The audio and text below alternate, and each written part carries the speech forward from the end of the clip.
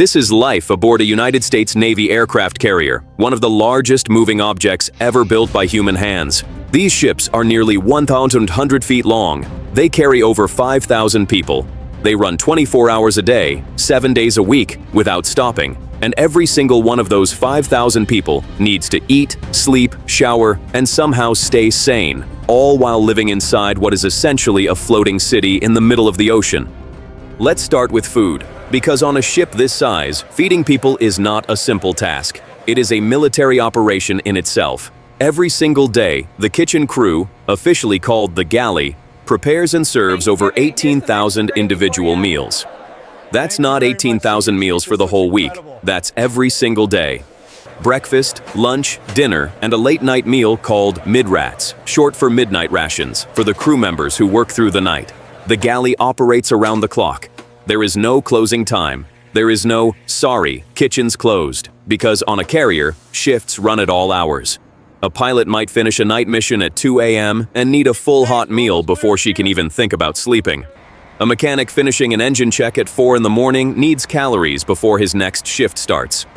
The food itself is surprisingly decent, at least by military standards. Sailors get hot meals, grilled chicken, burgers, pasta, rice dishes, soups. There's a salad bar. There's soft-serve ice cream, which sailors will tell you is one of the few genuine pleasures of deployment.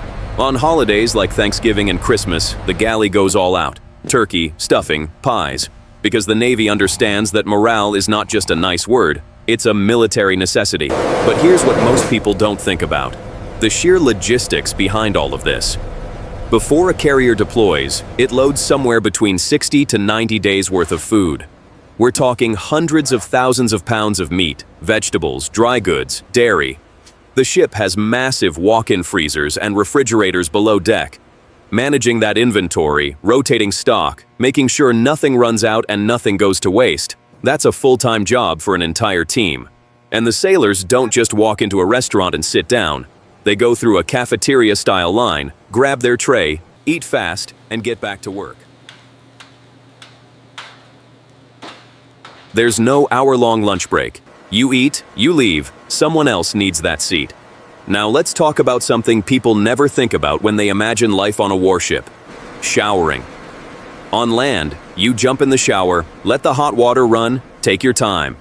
On a carrier, you do what's called a Navy shower. Here's how it works. You get in. You wet your body. That takes about 30 seconds. You turn the water off. You soap up completely. Then you turn the water back on and rinse. Total water on time, roughly 2 minutes, maybe less. This isn't optional. This is enforced culture, because a ship carrying 5,000 people has a finite amount of fresh water, even though carriers use nuclear reactors or massive desalination systems to convert seawater into fresh water. The habit of conserving water is drilled into every sailor from day one. The shower facilities themselves look like what you'd find in a basic gym locker room: rows of stalls, communal and efficient. Privacy is minimal, speed is expected. You learn quickly that modesty is a luxury that doesn't quite fit into 1,100 feet of steel. Now the part that genuinely surprises most people: sleeping. On a carrier, there is no such thing as a quiet, dark, peaceful bedroom. What sailors sleep in are called racks. These are metal bunk beds stacked 3 high, built directly into the walls of the berthing area. Basically a long room packed with bunks. Each rack is roughly the size of a coffin. That's not an exaggeration. You have maybe 24 inches of space above your face before you're looking at the mattress of the person sleeping above you. Each rack has a thin curtain that you can pull shut. That curtain is your entire personal space. Behind it, you have a small light, maybe a hook for your uniform, and a thin foam mattress. That's your bedroom for the next several months. The noise never stops. Ever. Carriers are loud ships. The engines hum constantly. The flight deck above can have jets launching and landing at all hours. Metal doors clang. Announcements crackle over the intercom.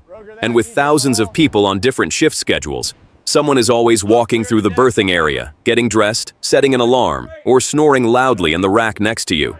Senior sailors and officers get slightly better accommodations.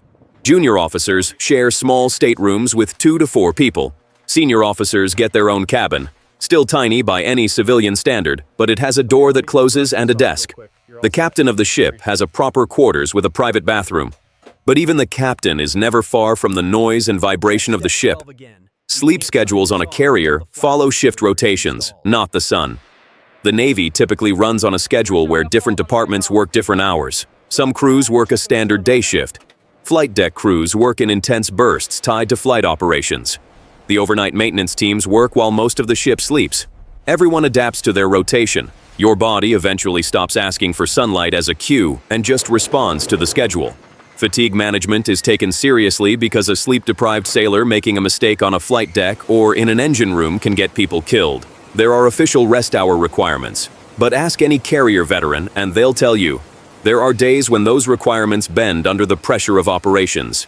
Beyond eating, sleeping, and showering, life on a carrier has a rhythm that civilian life simply doesn't prepare you for.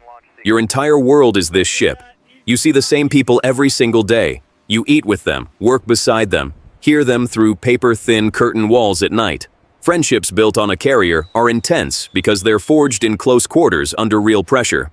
For entertainment, sailors have access to a ship's store, something like a small convenience shop, where they can buy snacks, toiletries, basic clothing. There are small gyms on board. Some ships have a small barbershop. There are TV lounges where people watch movies or sports during off hours. Internet access exists, but is throttled and inconsistent.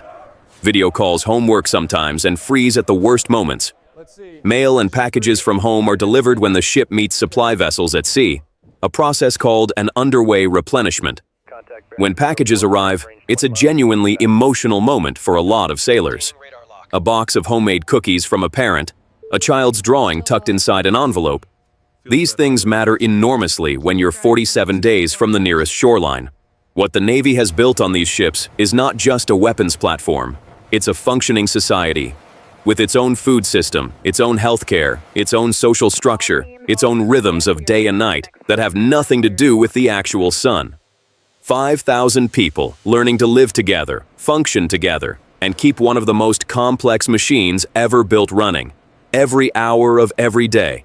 And somewhere in that controlled, confined, constantly vibrating world, a 19-year-old sailor from a small town in Ohio is standing in line for soft-serve ice cream at 3 in the morning, wearing his flight deck jersey, and genuinely thinking, this is the strangest and most incredible thing I've ever done with my life. That's life on a United States Navy aircraft carrier. And now you know exactly how they eat, shower, and sleep.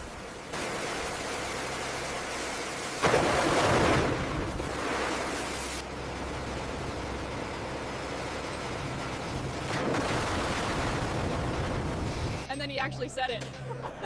No way, he didn't actually say that to the captain. Swear to God, right to his face.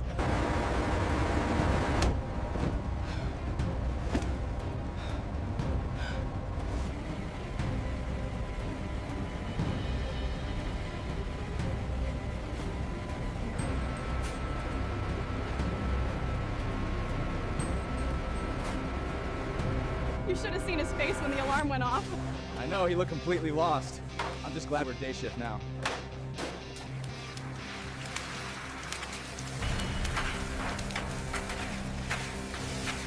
Catapult 3 is hot. Copy that, bring her forward. Clear the fall line.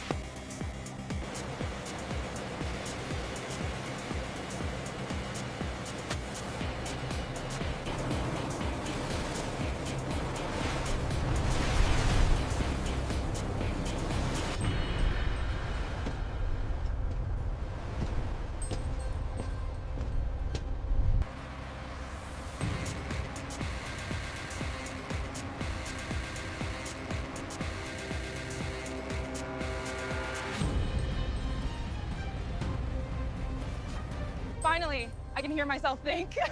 I know, right? Ready for some chow? That was rough. How's your back? It'll live. Just glad we're done for now. Check the weather window here at Tango Charlie. Looks tight. We might need to adjust the ingress altitude.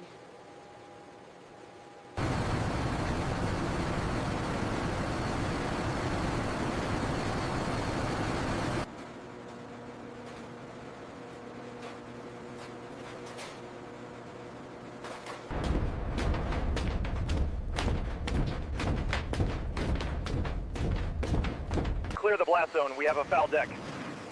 Incoming aircraft. Hook is down. Launch sequence initiated. Phoenix dispatch, we have a confirmed hostile at grid reference 459 requesting immediate close air support.